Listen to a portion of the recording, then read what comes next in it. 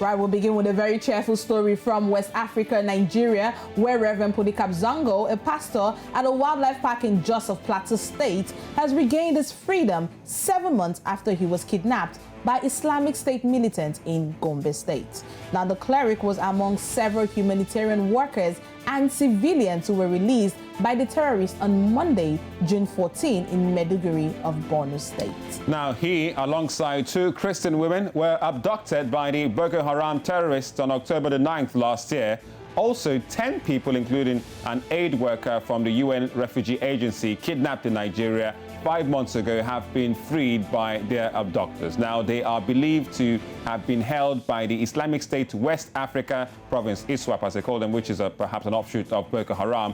Now, the UNHCR spokesman commended Nigerian authorities for their help, adding that the victims are undergoing medical checks and security debriefs in Maiduguri, the capital of northeastern state of Borno, before being allowed to go to their families. Now, joining us on this latest development is our News Central's chief researcher, Abdulateef Ahmed, who is right here on the show. Welcome to Breakfast Central, Abdulateef. Having me. Good morning. Good morning. Please, looking at the situation, looking at what's happened, these people were kidnapped since October of last year and were recently released just on Monday, 14th of June, 2021. Can you shed more light on this particular story? Is it freedom really regained from Boko Haram or ISWAP, as we've read in the stories? First, it is heartening to know that the pastor has been released. It's a relief for Plateau State government, for well-meaning Nigerians, and for his immediate family, and the Church of Christ in nations, and Christians and Muslims, as the case may be, in the country. There was an assumption that ISWAP or Boko Haram kidnapped him. What we knew as of the time he was kidnapped was that he was kidnapped by the Khalifa group of Boko Haram. However, on the day he was kidnapped, he was heading to Gombe for a Christian function. He was kidnapped with 2 other ladies, and we are yet to know if these unidentified ladies or unnamed ladies have been released. But he has been released, and another aid worker has been released some time ago. So it looks like, because ISWAP has taken over the reins of leadership of the insurgents in the northeast, it looks like this is something coming from ISWAP. All right, so a release, it has been this term. Now, was there any indication of perhaps ransom being paid? On what terms would the Islamic State province of West Africa release a captured prisoner, taken up more than almost 6 months ago? Okay, there's a slight difference between the operational patterns of ISWAP and Boko Haram.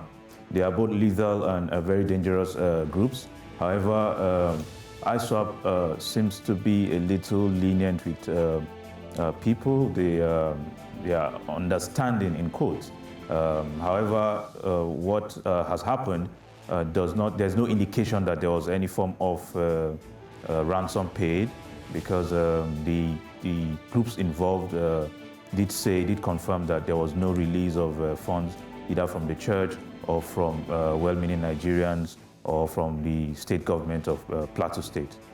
Right. Now, when you say lenient, it makes people wonder, are we seeing an end to this Boko Haram era, or ISWAP era, as it were? I'm thinking that there will be a more concerted effort to dislodge ISWAP. ISWAP has a more formidable number of foot soldiers, and they have their reigns around the northeast. What they intend to do is to play into the minds and brains of people to make them assume that they are a more favorable group of people. Essentially, what they do is to tax people and collect security protection money from people and give them a sense of hope that they will protect them. But they are equally as dangerous as Boko Haram, and they should be eliminated by the security agencies in the country.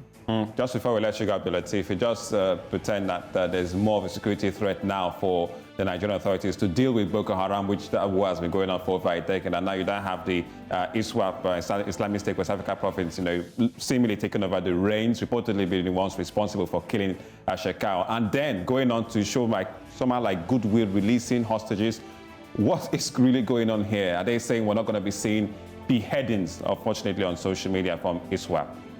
For ISWAP, it is what they do, because most of them are high on drugs and high on religion, as the case may be. So you cannot predict when they will move from 0 to 100. At any point, they can decide to behead. At some other point, they can decide to be lenient.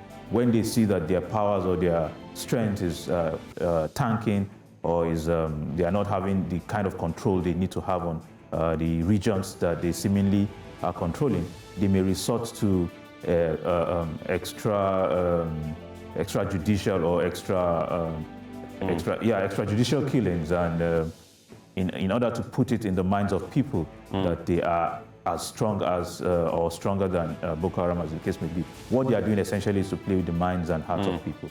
All right, a bit of a soft perception of peddling, if you may. But thank you very much, Abdulateef Ahmed, our head of research and monitoring desk, right here at News Central. Right.